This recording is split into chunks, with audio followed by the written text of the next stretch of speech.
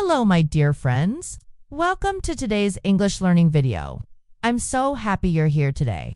We're going to practice English together using a simple but powerful method called shadowing. Maybe you're asking, what is shadowing?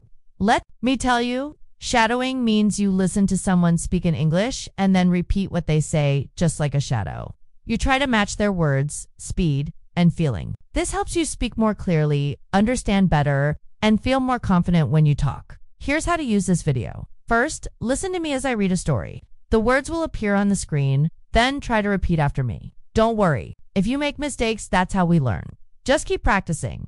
Today's story is about a young man named Daniel. It's his first day at a new job.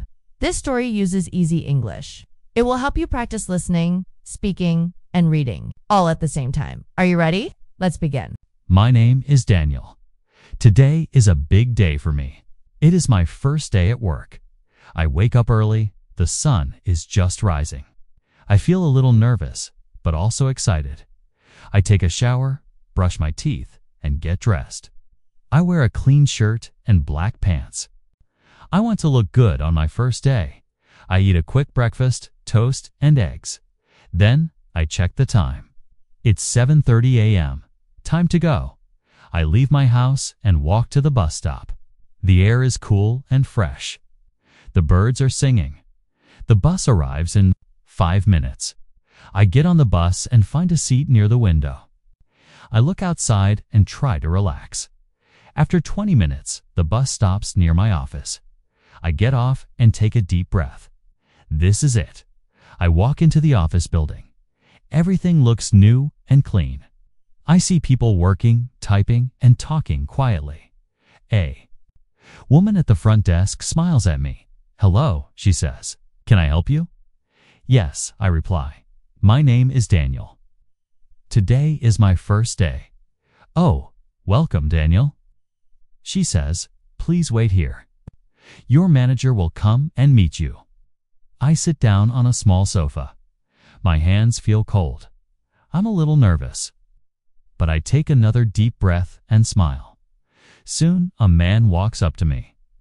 He has glasses and a kind face. "Hello, Daniel. I'm Mr. Lewis. Welcome to the team." "Thank you, sir," I say. Mr. Lewis gives me a quick tour of the office. "This is your desk," he says. "You will work with Jenny and Mark. They are both very friendly." I meet Jenny and Mark. "Hi, Daniel." They say, "Nice to meet." Nice to meet you too," I reply. They show me how to use the computer and the phone. They speak slowly and clearly, which helps me understand. At lunchtime, we all eat together in the break room. Jenny offers me a cup of tea. Mark tells a funny story and everyone laughs. I feel happy. I'm starting to feel like part of the team. After lunch, I continue learning. There's a lot of new things, but I try my best. By the end of the day, I feel tired but proud. I shake hands with Mr. Lewis. "Great job today, Daniel," he says. "See you tomorrow." "Thank you," I reply. "See you." I walk out of the building.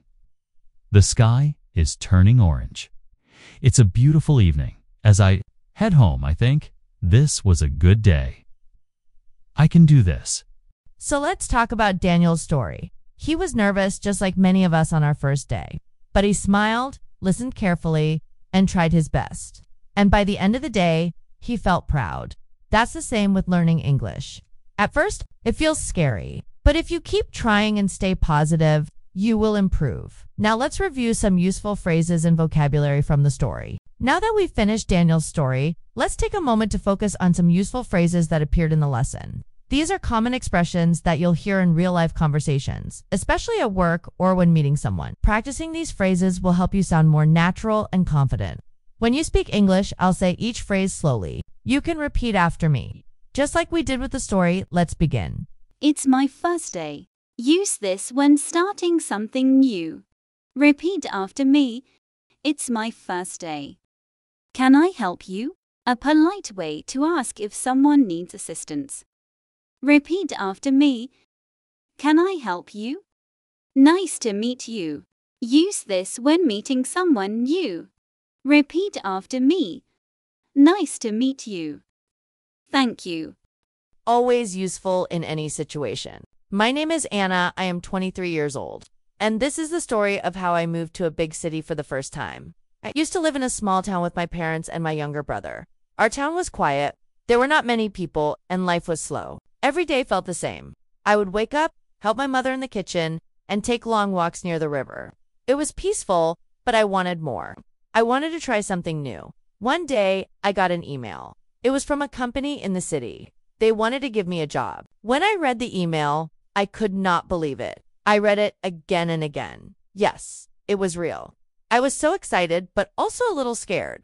Moving to a big city, living alone, starting a new job. It felt like a big step. I packed my bags. My mother helped me fold my clothes. My brother gave me his lucky keychain and said, "Take this with you. It will keep you safe."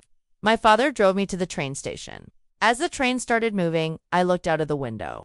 The trees, the small houses, the people waving. Everything became smaller and smaller until I could not see them anymore. I was now on my way to a new life. When I reached the city, everything felt different. There were so many cars, so many people, so much noise. The buildings were tall. I looked up and could not see the top of some of them.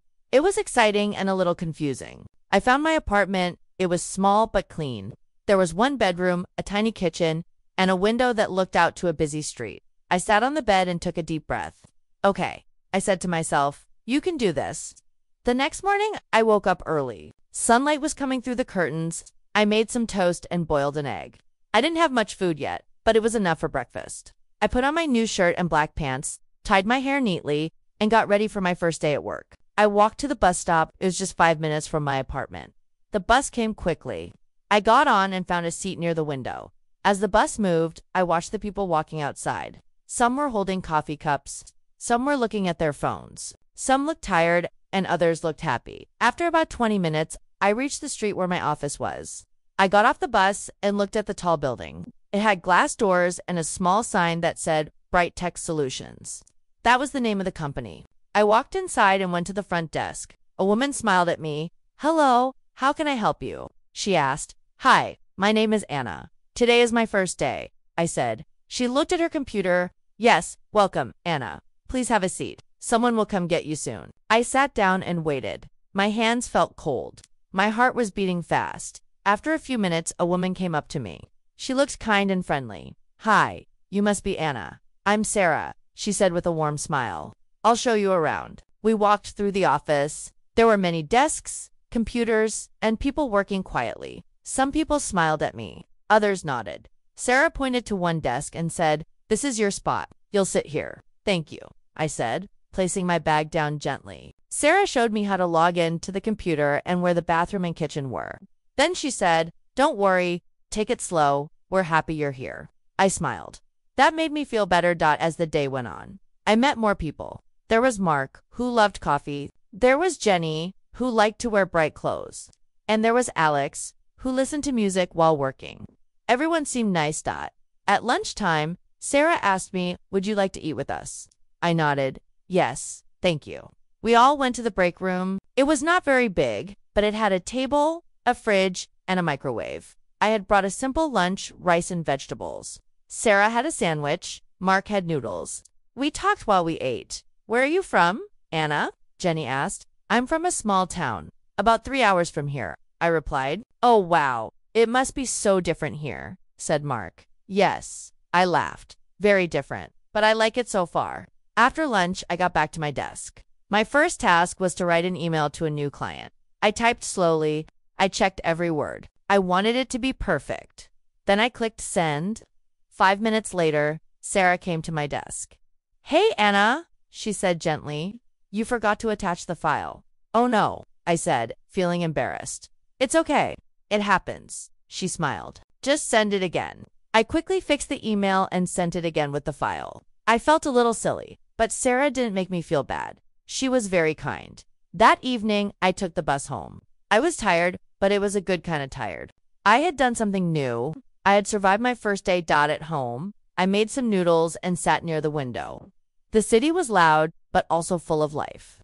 I thought about my day and wrote in my notebook, "Dear Diary, today was my first day at work. I made a mistake, but I also made new friends. I was nervous, but I smiled anyway. I'm proud of myself. That night, I slept well. Over the next few weeks, I started to feel more comfortable. I learned how to use the company's software. I helped Sarah with small projects. I even gave an idea in a meeting. People listened. It felt good. One weekend, I decided to explore the city. I went to the park near my apartment. There were people jogging, children playing, and couples walking their dogs. I sat on a bench and watched the clouds move slowly in the sky. A little girl walked up to me and said, "Do you want to see my balloon?" I smiled. "Yes, it's very pretty." She giggled and ran back to her parents. I also visited a bookstore. It was quiet and smelled like old paper. I bought a small book about learning English. Every evening, I read one page and learned new words. One day, I found a small cafe near my office. It had soft music, warm lights, and fresh coffee. I started going there after work. I would sit by the window and write in my journal. It became my little happy place. Life was not always easy. Sometimes I missed my family. Sometimes I felt lonely. But every day, I tried to smile. I tried to learn something new. I tried to be kind to others and to myself. Now, 2 months have passed. I still have a lot to learn, but I am not afraid anymore. The city is no longer scary. It feels like home. And I have learned something important. It's okay to be new. It's okay to make mistakes. What matters is that you keep going. So if you ever feel nervous about something new, remember Anna. She was scared too, but she took the first step. And step by step, things got better. Thank you for listening to my story. I hope it helped you practice English in a fun and easy way. You can listen to this story again and again. Try to repeat the sentences after me. This will help you speak more clearly and confidently. And remember, you are doing a great job. Keep learning, keep going. I believe in you.